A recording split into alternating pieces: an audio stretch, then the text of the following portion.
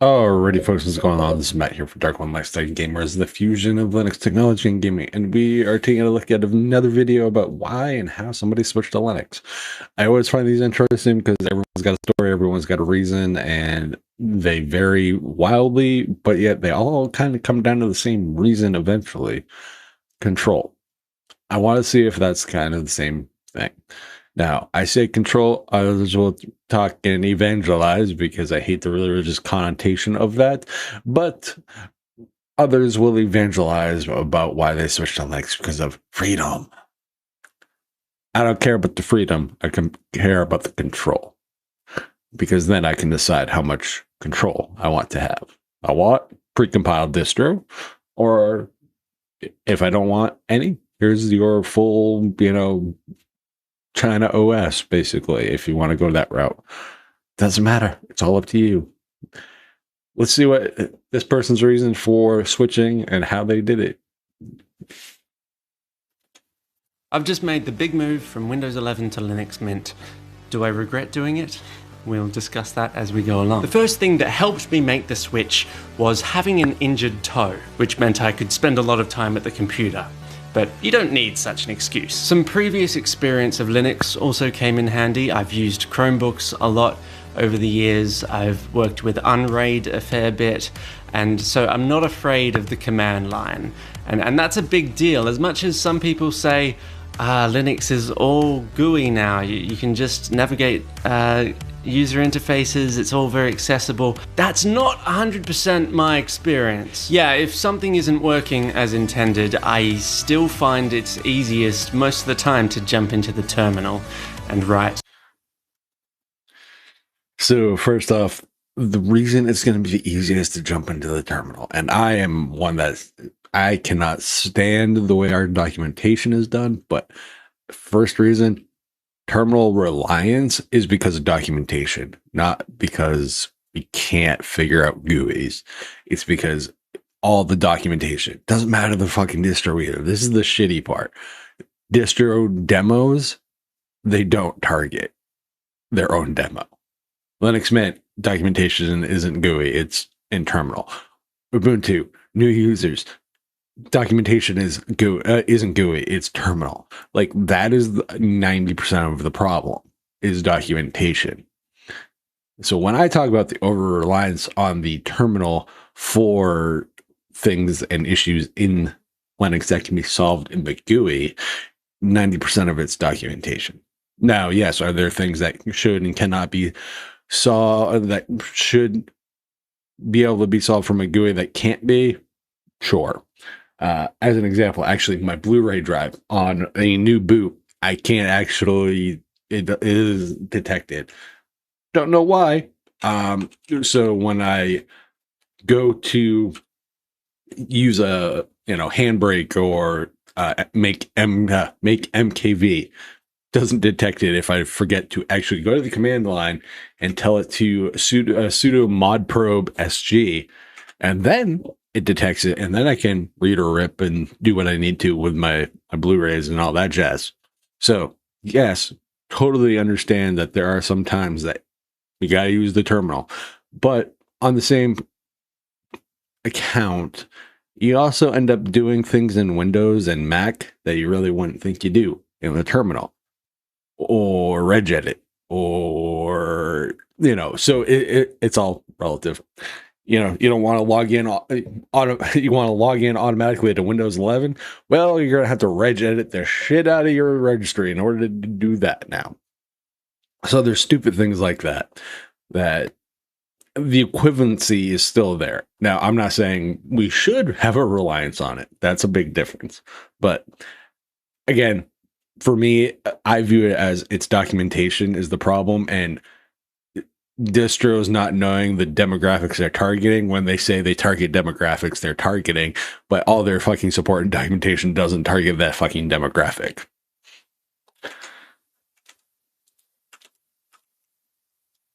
right, do this, rather than navigate a bunch of UI to try and find the button that says do that. Even with a very clean, user-friendly setup, at times I still find that's necessary. Thankfully, I have a long-held interest in Linux. It's such a huge and exciting space in IT, the global movement towards open operating systems, and it powers so much of the world, from large businesses, servers, it's all around us. And like many of us, I have a desire for better privacy and security.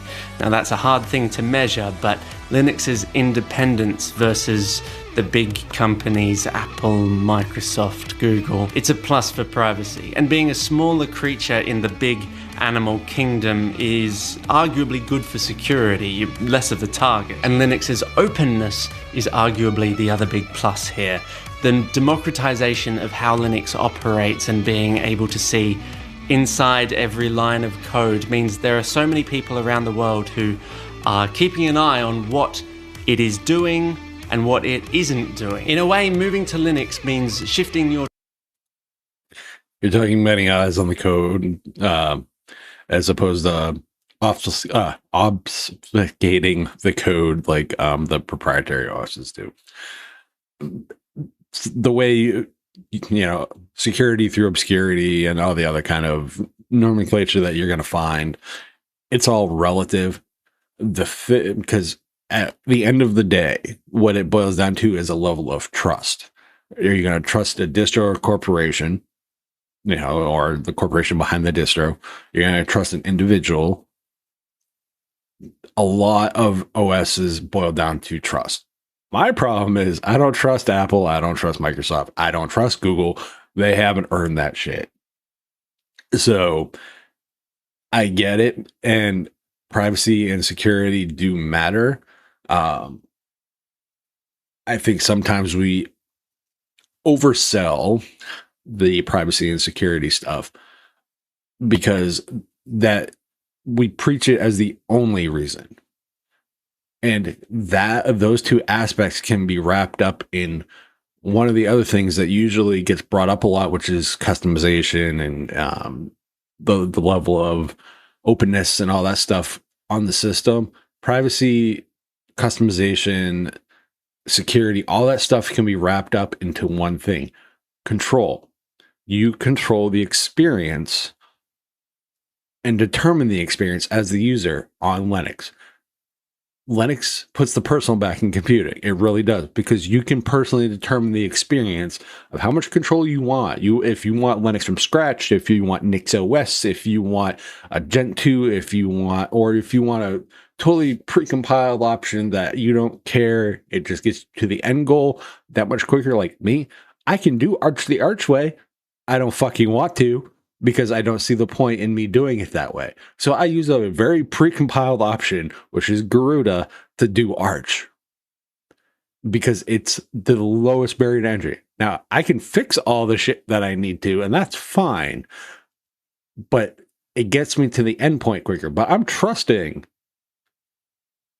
a distro maintainer with that precompiled option. So if it disappears, it blows up, whatever, well, do I continue to trust them or not? It's all relative. But I chose that experience. My personal computing experience is tied to that and that choice. I don't get that with Windows, and I sure as shit don't get that with Mac OS. Your trust from a big company like Microsoft over to people. Just trusting people. There's pros and cons. And as time goes on and the internet is becoming less recognizable and everything is machine learning this and artificial algorithms that, my desire to control the technology that I own is growing all the time. Yeah, so a big thing that helped me switch to Linux is my constantly reinforced frustration with Google, Microsoft, and the like. I swear big tech is more out of touch with average human people than ever, or out of touch with me at least. Windows is an increasingly noisy operating system that requires you to sign into your Microsoft account and is incorporating AI features left, right, and center that I haven't been convinced that I want to know anything about yet. It's really an uphill battle to try and tame Windows and make it do what I want it to do and as little else as possible. And that's where Linux does a really good job. On Linux, there are far fewer processes happening in the background that I don't know about. On Windows, my PC's fans will often spin up and it's clearly thinking about something. I don't know what it is. Whereas on Linux, it's just much less common that anything significant will happen unless I myself have activated a process. But even with all that ideation, I certainly had some hesitation about making the move. But again, control. It all boils down to control and making the personal computing personal again. That's what Linux does. Boys and girls, that's marketing 101. That's marketing. That's your sell. That's your pitch. And we fucking suck at doing it. What he's talking about is exactly what I've been talking about for the God. I'm going to say the better part of probably 3 or 4 years at this point of like how to market Linux and sell it better than we do, other than coming across like a bad televangelist. It's about the freedoms. It's about the belief. No, bro. Words matter when it comes to marketing. And quite frankly, again, Linux, the Linux community generally tends to suck at how we sell Linux. But one thing that made me feel better about dipping my toe in the Linux water to see if it's fine is how easy it is to dual boot. These days it's so breezy to just add a partition alongside your Windows 1, install Linux there, and then you can boot into whichever operating system every time you turn on your computer. It's a high... Yes and no. Windows tends not to play nice with dual boots on Linux. I'm just saying. Then then you get into like, secure boot, and some distros are secure boot ready and some aren't, UEFI and blah, blah, blah, blah, blah. Microsoft controls the secure boot stuff, like as far as your registration codes. And I don't recommend dual booting because there's a lot of what ifs for a user. The way I'm going to recommend it, if you want to test out Linux, go find a thumb drive.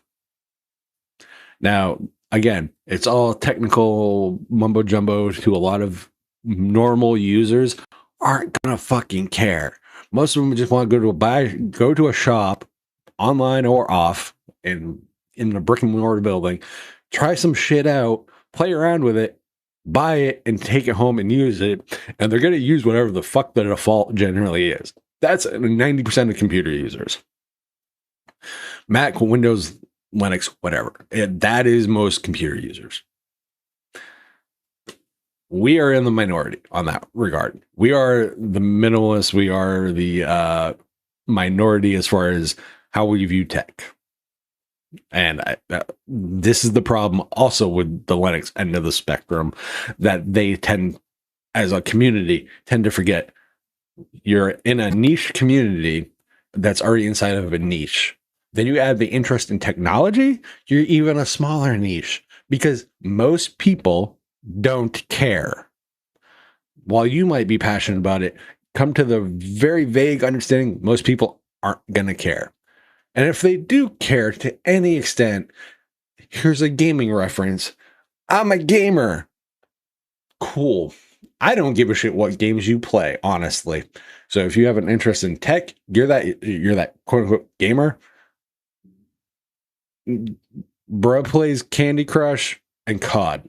So they have a very surface level understanding of tech as the example. So they'll have a very surface level of understanding in gaming. They're not going to know all the nuances and divisions and all the other shit underneath it because they don't care, because it doesn't interest them. And it's not a shot at them. It's just that isn't their area of interest. So once you get to the JRPG fans, they're a niche. You get to the visual novel fans, they're a niche. That's how tech can be divvied down to as well. a highly recommended approach to get started into Linux, which is why I enjoyed thinking about it, and then I just decided to delete Windows altogether and just dive straight into Linux. YOLO. Luckily, here in 2024, Linux is in a good state. I'm impressed by what I've seen. It's more accessible than it's ever been before. Absolutely, for sure. That's not to say that any of the distros are going to hold your hand as much as Windows, but with the likes of Zorin, I think you could get pretty close. And Zorin looks really great, by the way. For me, it was a choice between Zorin, Pop! OS, and Linux Mint, all very accessible, user-friendly starting places. I ended up going with Mint. And though it's essentially an operating system like any other, and you won't get too lost around here, all distros are laid out differently, and it was important for me on this journey to have a willingness to think differently. I just said that one outright. Once I was up and running, I got customizing everything to my liking, and there are a lot of customization options. It's way more flexible than Windows. And by the way, So that is another thing, that you have to be willing to think differently. And when I say that, it's more of a state of mind and an approach to how you look at technology in your situation. If you're already going from Windows to a Mac, or insert switch of operating system here, it does, as long as someone presents you the options and you at least attempt the options, I think it is a far more valuable to do that. I've come to the conclusion that Linux works best for me, generally speaking, because I've tried all the options. I have a 2019 16-inch MacBook Pro and Mac OS, and the hoops that I have to jump through to make it work for me is annoying as fuck.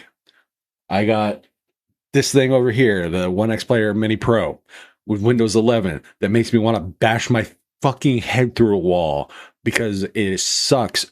Windows 11 sucks as an appliance OS.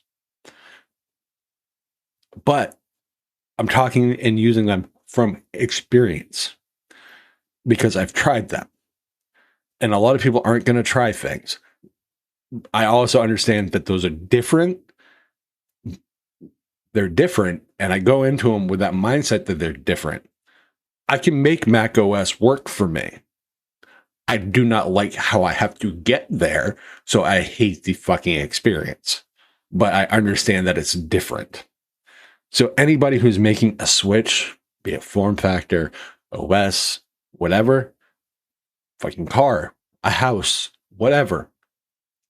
If you expect your house that you live in for 20 years, and then you move and you expect the house that you're going to be the exact fucking same, you're an idiot in general in life.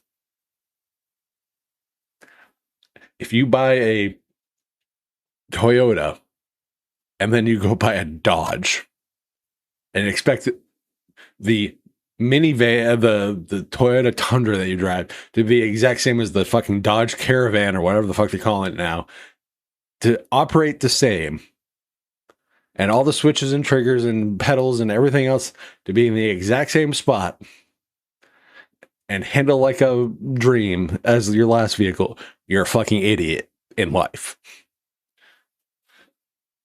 Kind of in technology, if you come to it with that same mind frame and, oh, this isn't like what I was used to. No, it's not. It's not. It's similar.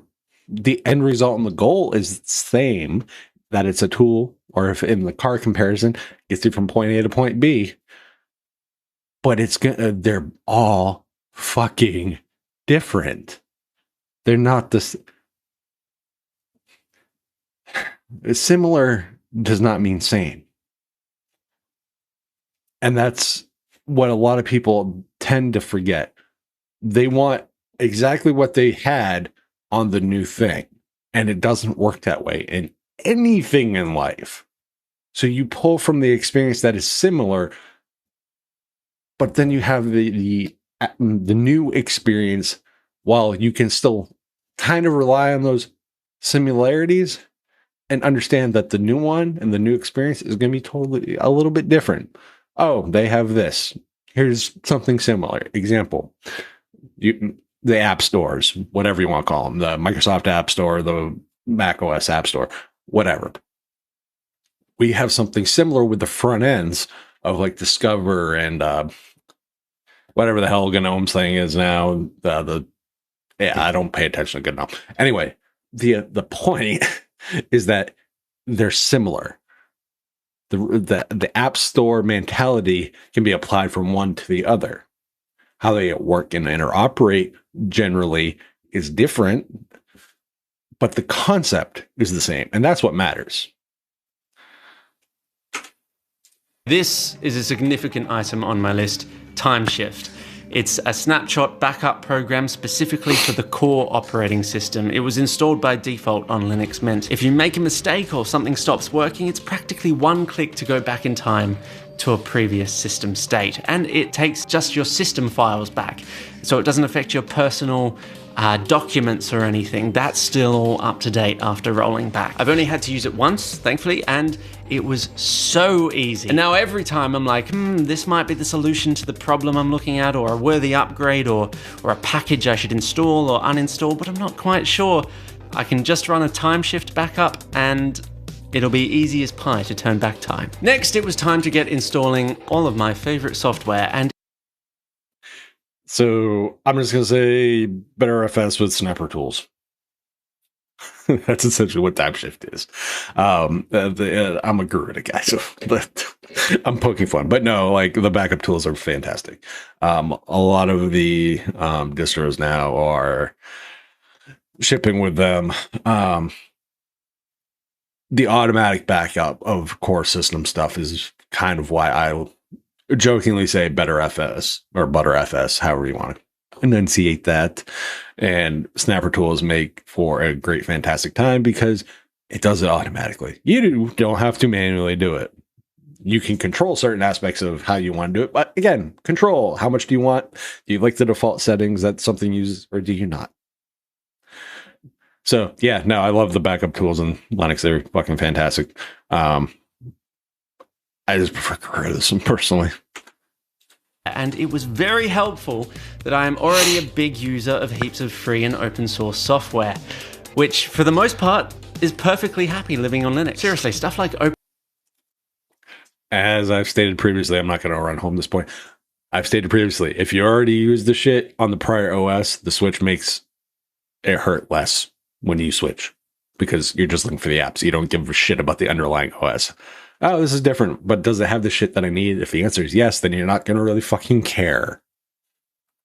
OpenOffice is just such a good replacement for Microsoft Office. No matter what operating system you use, I think there's so many people out there who should really be freeing as many of their applications as possible. Now, unfortunately, and I anticipated this, a lot of devices and peripherals don't get official Linux drivers. But FOSS saves the day again, because an app called Solar can actually manage all my Linux mice and keyboard absolutely perfectly. In fact, it sort of improves on Logitech's Windows software by paring down the nonsense to the raw features that I want. And the community creates drivers like this for all sorts of hardware. Not all of it though, and we'll come back to that. And beyond just drivers, GitHub is a doorway to an absolute... Yeah, so things like OpenRazor, Polychromatic. There's so many that are I'm leaving out and I can't even think of off the top of my head right now. There's one for mice specifically.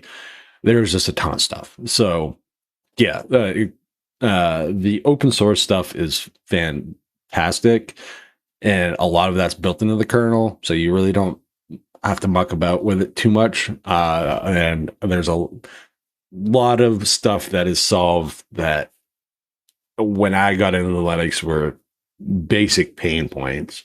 So you don't know how spoiled y'all are. Absolute treasure trove of brilliant open source gadgets.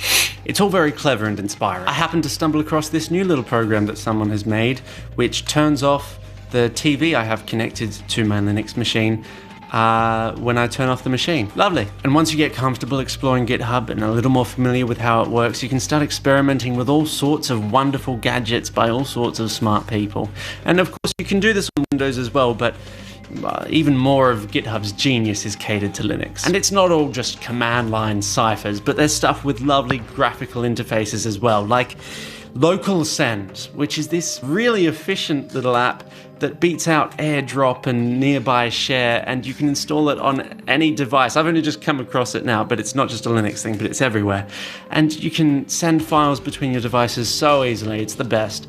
And then there's Video Mass, which is a graphical interface for FFmpeg and lets you convert all kinds of files so easily. And then there's Pika Backup, which so much. Honestly, if I'm doing mass transcoding, it's usually video, so I usually just use Handbrake and queue things up. To each their own. For being on Linux, I feel like I should have to suffer through some very detailed and extravagant backup program that's very complicated and has all these kind of formats. And Pika Backup is just this beautiful little front end. It would look at home on Mac OS, honestly. I say that as a compliment right now. Even though I generally am not a fan of Mac OS. Now, the trickiest stuff that I've had to try and set up on Linux is not the open source stuff. Now, unfortunately, I really, really wanted to install DaVinci Resolve, and though it technically works on Linux, it's no easy feat. Did I mention that all of this required a fair bit of time and patience? Well, it did. Anyway, it turns out that to run DaVinci on Linux Mint, I had to turn the file into a deb file and run that, and then I ran into all these driver issues, and then I tried installing it in a distro box, and that didn't even work. I believe the installer comes as a .run file, give it permission, right-click, give it permission, tell it to run. It could be wrong. It's been a while since I've done Resolve from the website. As far as your driver issues, it's Mint. Some people have luck with it, others won't. It depends on hardware. So, like, I know somebody who's running a NVIDIA graphics card on Manjaro, and they're running the public beta for DaVinci Resolve 19. Works perfectly fine. No fuss, no muss. They make quality production stuff.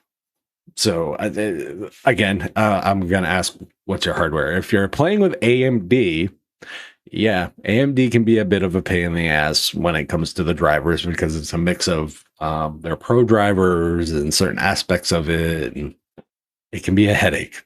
Not going to lie. So the program not working, I'm going to ask, what's the hardware? And I have not really seen anything from the windows that have popped up what your actual hardware is. So I can't really comment on Resolve in and of itself. I know that AMD tends to be more problematic. Now, you can, Linux users, before you all flip your shit, NVIDIA can be problematic as well. So every choice has consequence and problems, potentially. Ironic, kind of like life. Through all of this, I hit so many roadblocks, and one of the big things that helped me through, ironically, is Gemini and ChatGPT. Yes, the machine learning chatbots of Google and Microsoft are the very things that helped me attempt to leave that world behind. Seriously though, as helpful as Reddit threads and Linux forums and Discord servers are, and they are extremely helpful, my constant companion through all this dense troubleshooting were these AI chatbots. And if you can describe things well enough to them, they have a pretty decent knowledge of Linux, and they helped me work through all sorts of errors. Now, to get DaVinci properly running, I ended up having to install AMD's proprietary graphics drivers. You see, Linux Mint by default comes with these open source ones, which are mostly better, but if you're having an issue like I was with a particular application, you kind of have to go with the proprietary stuff. Speaking of, Steam. Question answered. So yeah, AMD proprietary drivers needed. Those that don't know, the out-of-the-box experience, generally speaking, is better with the open source Mesa drivers. The proprietary drivers are for professional work, quote unquote. And I'll use that term very loosely. So yeah, not surprised that that was the issue. Steam runs so easily on Linux these days, thanks to Valve now having a vested interest in the area. Steam Proton can get the vast majority of games running. I jumped into Star Wars The Old Republic, ostensibly a Windows-only game. Easy, no problem. And for other non-Linux games and applications, there's Wine and Crossover and virtual machines. These days, it's really not that impossible to run software from other operating systems like a champ. I came across some great advice online about this whole process, which is to eventually leave it all alone. Once everything's up and running pretty nicely and you've got your applications and you can do your day-to-day stuff, let it rest. You know, resist the temptation to fiddle for a while. Let it settle in. And I think that's good because setting up an operating system can put you in this mindset of tinker with everything, make it perfect. But you ought to snap out of that and not get sucked into that swirling maelstrom of discontent. Just be happy. Tweak it over time. It's fine. I mean, at this point, you've been sitting in front of the computer a lot. I think you've earned a little bit of time away from it all. It's the hardest thing in that moment, I think, to just step away, but I think you need it so much. I mean, my back needed it. With all of that, Okay, so the distro hopping, the sense for change, etc. Well, especially if you're new, as you get a little more become a grizzled young vet, sometimes is the best way to put it. To steal a wrestling tag team quote name, you sometimes get down the rabbit hole of excitement of discovery. And that's the thing, because it's a new experience. Oh, what's this? Oh, what's this? Oh, what's this? You know, it's kind of like the Peter Griffin of like, ooh, candy, ooh, candy, ooh, candy kind of deal. And that's really what it boils down to. But once you find what works, you do really tend to just kind of settle down. Like, for a long time, I was an Ubuntu user that used Unity. Like, that was my distro. That was my choice. Few headaches here and there. Nothing that I wouldn't deal with Windows or whatever. I mean, I ran Ubuntu with Unity on a Microsoft Surface device. That's how much I liked that. But on the same note, I also grew discontent with certain aspects and elements. And I ended up landing on Garuda because of what I do is not jump around as much, but from a workflow perspective, GNOME, like the way GNOME went and all that stuff, doesn't mesh with how I work. It really doesn't. There's a certain workflow that I developed on Unity and other areas that style of work doesn't work for me. And the 9,000 extensions, not literal, but a lot of extensions that I need in GNOME to make it even remotely functional is more of a headache than I want to set up. So I went with an option that, while has a lot of options, doesn't make me want to bash my head through a wall in order to utilize those options. And potentially break them along the way, like GNOME does. So I get it. It's that sense of discovery, though, that it's new. So you're going to want to explore what's new. And that's cool. But once the exploration phase kind of runs its course and you've experienced a lot of things in it, you're like, all right, like, I just want to set this up and kind of get to my thing. And that's kind of where I'm at. That's why, like, I use Garuda. Like, it's a lot of checkboxes and all that stuff on setup. It's not a lot of the command line stuff. So I get what he's saying, but also understand that there's a sense of discovery that comes with that switch because it's a new experience. I managed to get Linux Mint running pretty darn well. And a lot of little things are better than Windows, like the way that I can customize things to my liking and make programs run exactly how I want them to. I feel like I'm in control of this in a way that I'm not of Windows. But The big bummer is that I might still have to switch back, personally, and it's only because I make videos, which involve all sorts of gear and microphones and tools which I plug into the computer, and I need all of their features to work. But so many of these companies, you see, don't have Linux drivers, and the community drivers aren't enough to have full control over these pieces of technology. And it really is a downer because I feel so close. You know, just about everything works and works so well. Even my favorite video editor, DaVinci, after a complicated setup, runs well. But if I'm going to hit a hurdle every time I need to update the firmware on a microphone or be able to connect to a wireless light properly, my computer just won't be doing what I personally need it to do. So that's my journey through Linux so far. And even if I have to pop back to Windows in the end, I'm glad I went on this expedition. I've obviously learned so much, and you know, it all just develops one's appreciation for computers and the people who make them.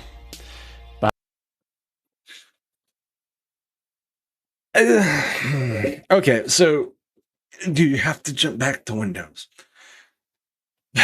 So here's the thing, and this is more of a personal view, and this is not fact or this is strictly my opinion. I want to make that totally known. Do you have to switch back?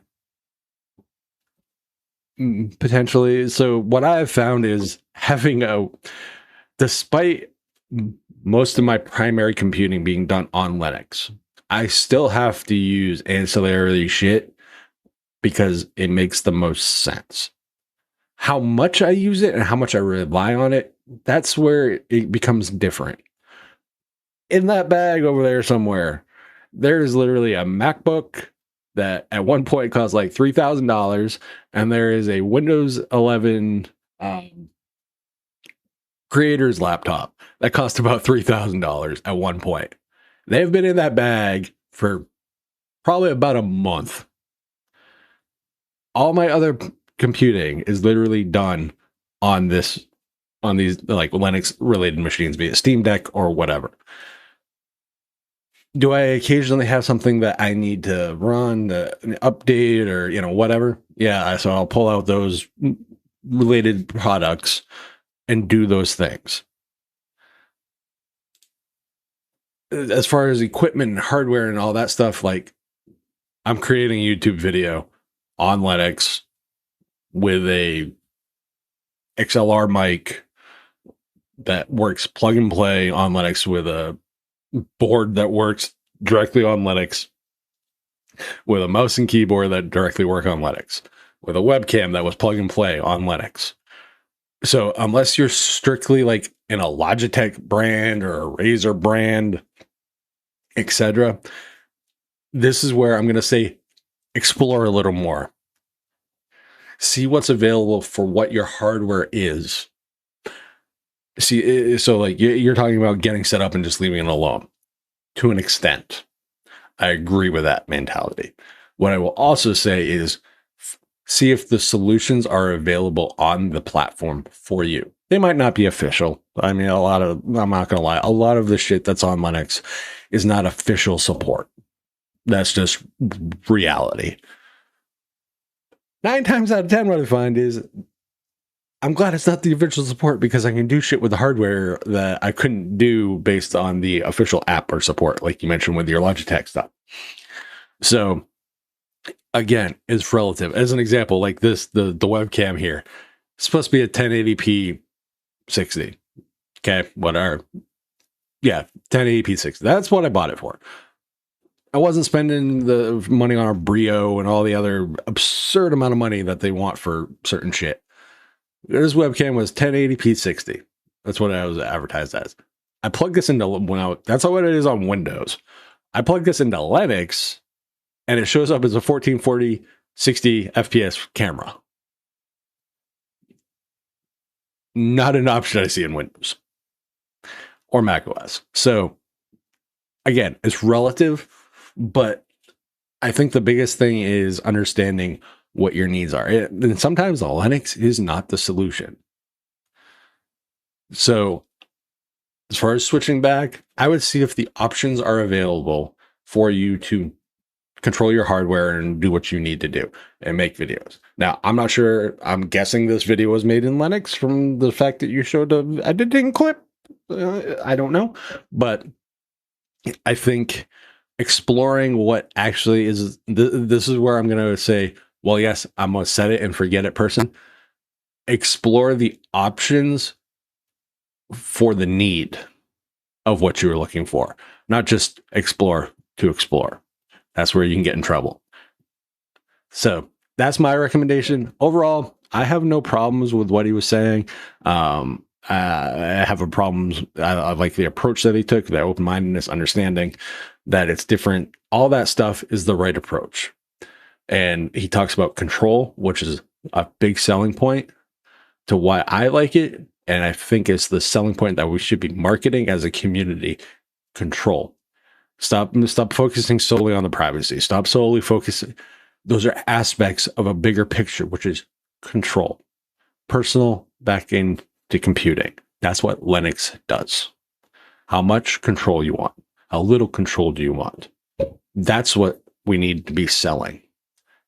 Because even this is a Windows guy. He even understands it's about control